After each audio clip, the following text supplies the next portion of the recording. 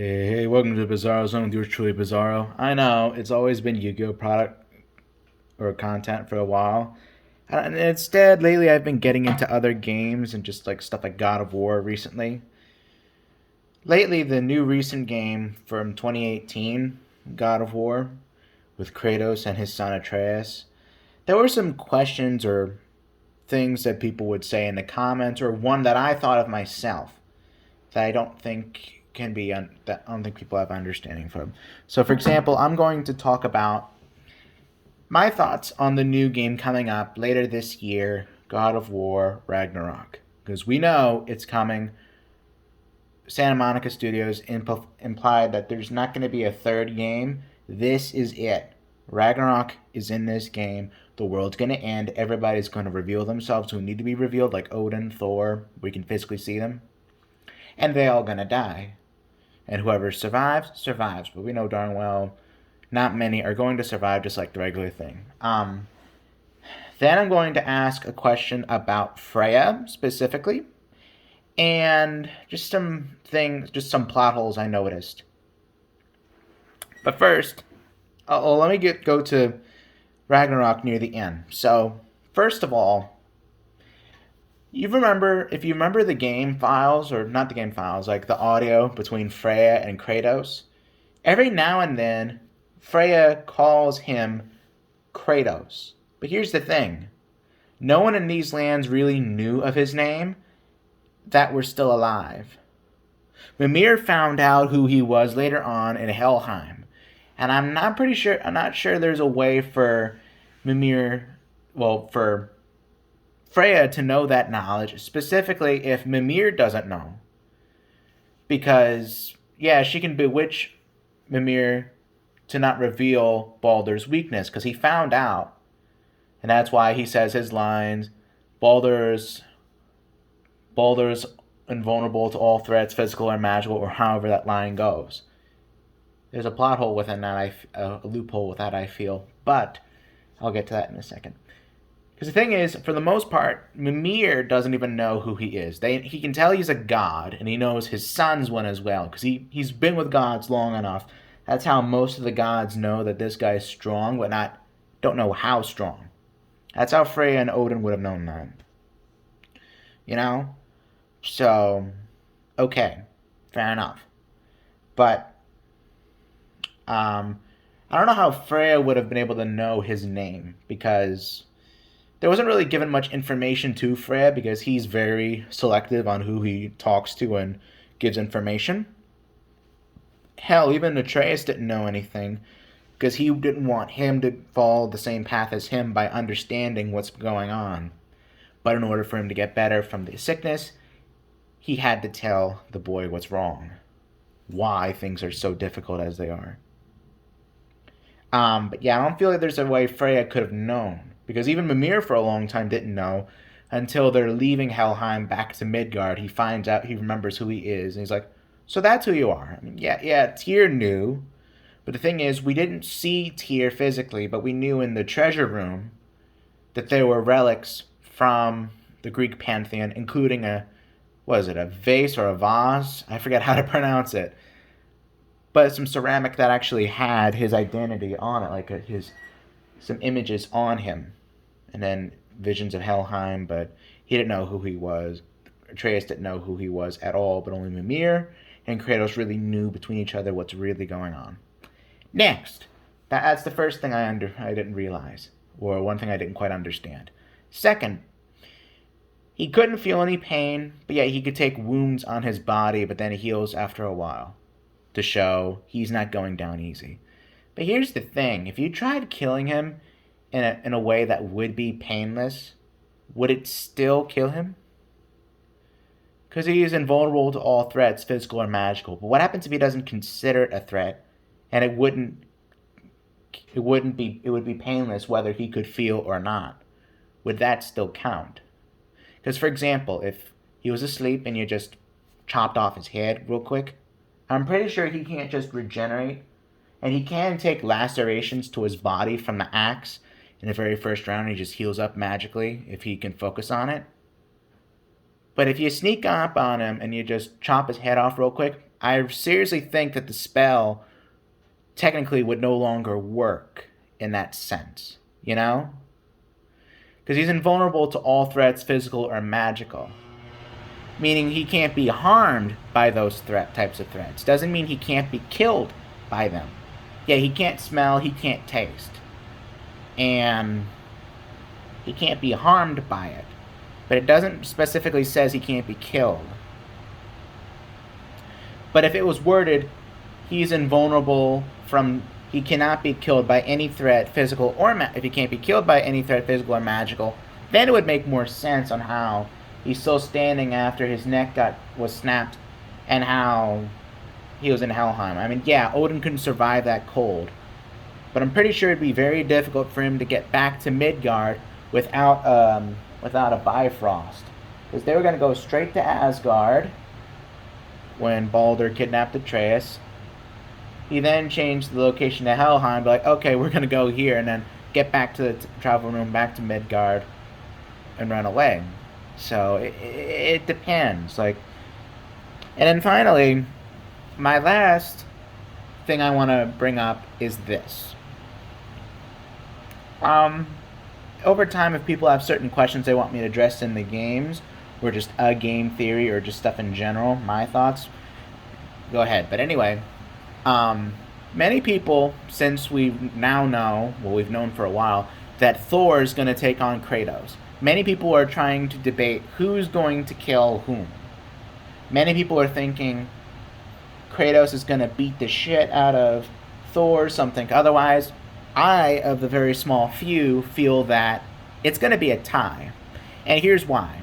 Now, it's been admitted that Kratos is stronger with age, and he's been holding back because he's trying to protect his son. And I get that, because if he went all out and wasn't exactly paying attention with his head, his son could die right then and there, and then he's right back at the very beginning of his story, where because of his anger and because of him not being self-aware, his family died when he could do nothing about it and couldn't save them.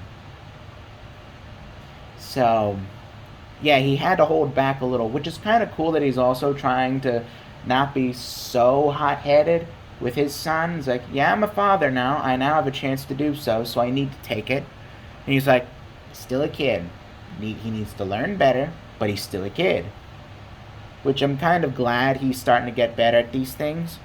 And I do that. But the thing is, Kratos has hundreds of years of experience. I'm pretty sure that Kratos is a few hundred years older than Thor. Because in one of the written forms of literature for the God of War, Atreus at one point asks his father, how old is he? And he basically implies, I forget what the exact quote is, but he basically says, when you're centuries years old, like you're a few centuries old, come back and talk to me again, telling me how it feels, how few decades could go by. Basically means he's been around for a few hundred years at least. So, because he's not even sure, because some things just slide by to him, because, apparently he admits that she was mortal, but she knew of his nature. She knew he was a god, but not everything, which, some things are complicated. He was a general, he was a Spartan, the last of his kind if Atreus was dead. He's the last fully blooded Spartan in Homeland. He and Atreus are the last of them. Obviously, he's a demigod from the Greek pantheon. We know his story. He's killed titans, which they're all big. Killed practically almost all the gods. Only a few are of exception. Aphrodite and Artemis, because we don't see them die, but practically everyone else has died or died within God of War 3.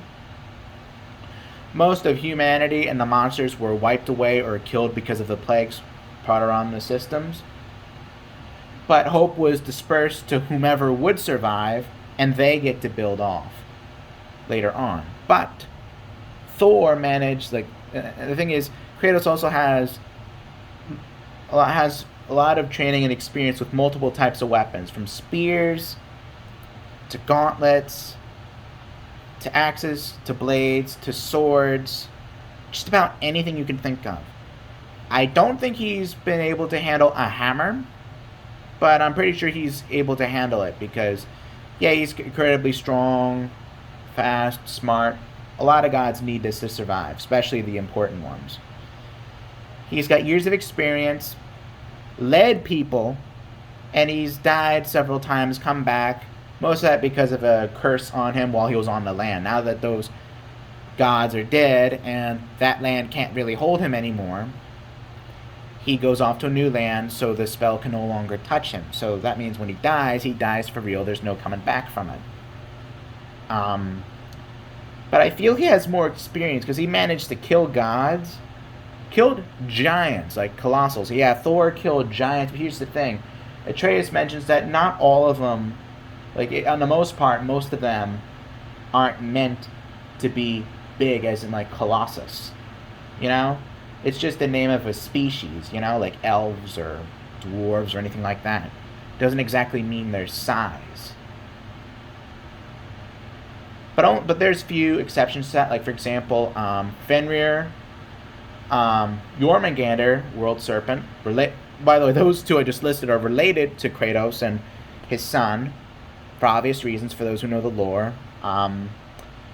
Hela, goddess of the underworld, not the underworld, Helheim, there we go. I mean, there's a lot of stuff going there. And for what we know, Thor is the strongest of Asgard besides his two sons.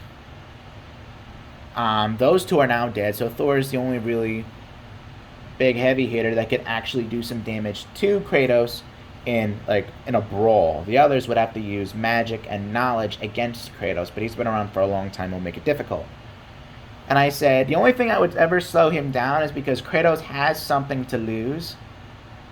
And over time, because he hasn't really been using too much of his energy to fight non-stop like he has been for years, back in hundreds of years ago, it only slows him down because he hasn't really used them in a long time. Like, for example, for Baldur, yeah, he was struggling because Baldur doesn't need to slow down. He doesn't get tired. He doesn't feel pain. But still, those are muscles, those forms of strength that even he hasn't used in a very long time.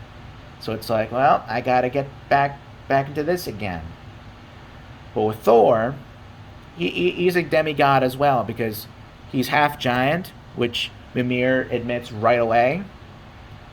At one point during, I forget which story he's talking about. I think he's talking about the story with Freya and the Long Love and Hate, the story after we find out Freya married Odin. We find that out. Like, he mentions that Thor's half giant. So those two are both demigods, so in theory they both should be on the same level as by blood. That half gods that can still do some crazy shit. Kratos has a lot more body count than you'd want to believe. Yeah. Thor almost wiped out an entire race almost by himself. Okay, but here's the thing. Kratos did a lot more than just... He wiped a few countries off the map. With gods and just people, monsters, everything. Like, Atlas is still around because he's holding the world on his back, on his shoulders, forever trapped. He's the only one of the Titans who still exist. The others have died whether in battle or by him killing them himself. The gods obviously died. Only two of them survived, Artemis and Aphrodite. But they're going to die anyway. They would have already died because most of the boats and most of the materials, too, go off land after the world's in ruin. And obviously Olympus is basically destroyed because of Zeus's battle with Kratos. It's not so simple. It's not so easy. If they were more intelligent with travel and such, they could go to other lands. But Kratos himself, he's different. So he was able to leave. And yeah, Thor is strong, tempered, arrogant. But the problem is, I just feel like only Braun is the only thing that would give him a good edge against Kratos because he's been fighting, hasn't really taken a break, and he no longer has something to lose. Because he lost both of his kids by these two, Kratos and Atreus. Although Modi being killed mostly was Thor's fault because he beat the living crap out of Modi. Then when Modi returned, to Kratos and Atreus, he could barely even stand, barely even breathe right. And then Atreus just jabbed him in the neck, threw him off a ledge to kill him because he was already practically to the point of death anyway. So on that part, that was Thor's fault with Modi. Anyone could see that. So, to most regards, Thor hasn't. Thor doesn't really have much going for him. And not only that, Kratos has ideas of how to get past Thor, only because of the following. He's beaten people with the powers of lightning and thunder before, by his own father, Zeus, as well as his two kids, Magni and Modi, who are supposed to be very strong in their own parts. Killed Modi by himself, and kept on beating the heck out of Modi, scaring the hell out of him, like, what are you?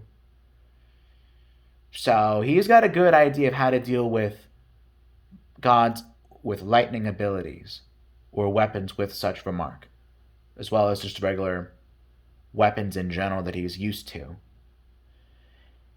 Like powers and such, he knows how to handle that. In hand-to-hand combat, that as well, because he's done it.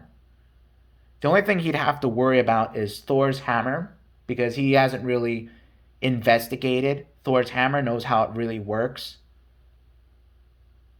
You know, because if it's as strong as it's supposed to be, it can lead to a big challenge. But that and the fighting style of Thor himself, besides the hammer, those are the two things Kratos would have to understand in order to really beat in Thor. But until then, I feel that those two, for Thor's sake, he better pray that they tie, just like he tied with the world serpent.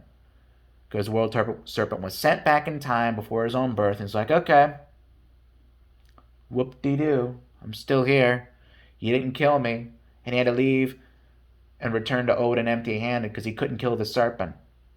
Because he was that strong.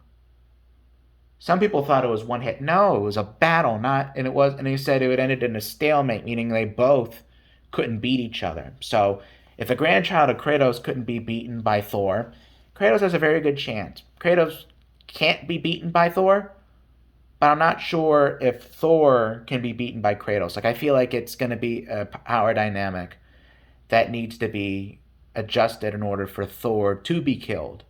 But I feel like it's not exactly time yet. Like, I feel like it's midway through the game or close to the end before we meet Odin. You know, kind of like how Hercules was one of the pathways before Zeus, and it wasn't the final person to kill, you know? And I feel Freya will be either shortly after or shortly before Thor, you know? But we know Thor isn't going to go down easy.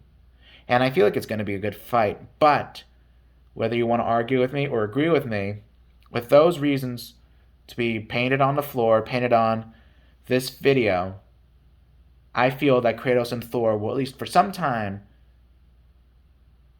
be tied if they were to fight right now. Anyway, those are just my thoughts for the moment. If you guys want comment, like, subscribe, do as you wish. This is Bizarro from Bizarro Zone, signing out. Peace.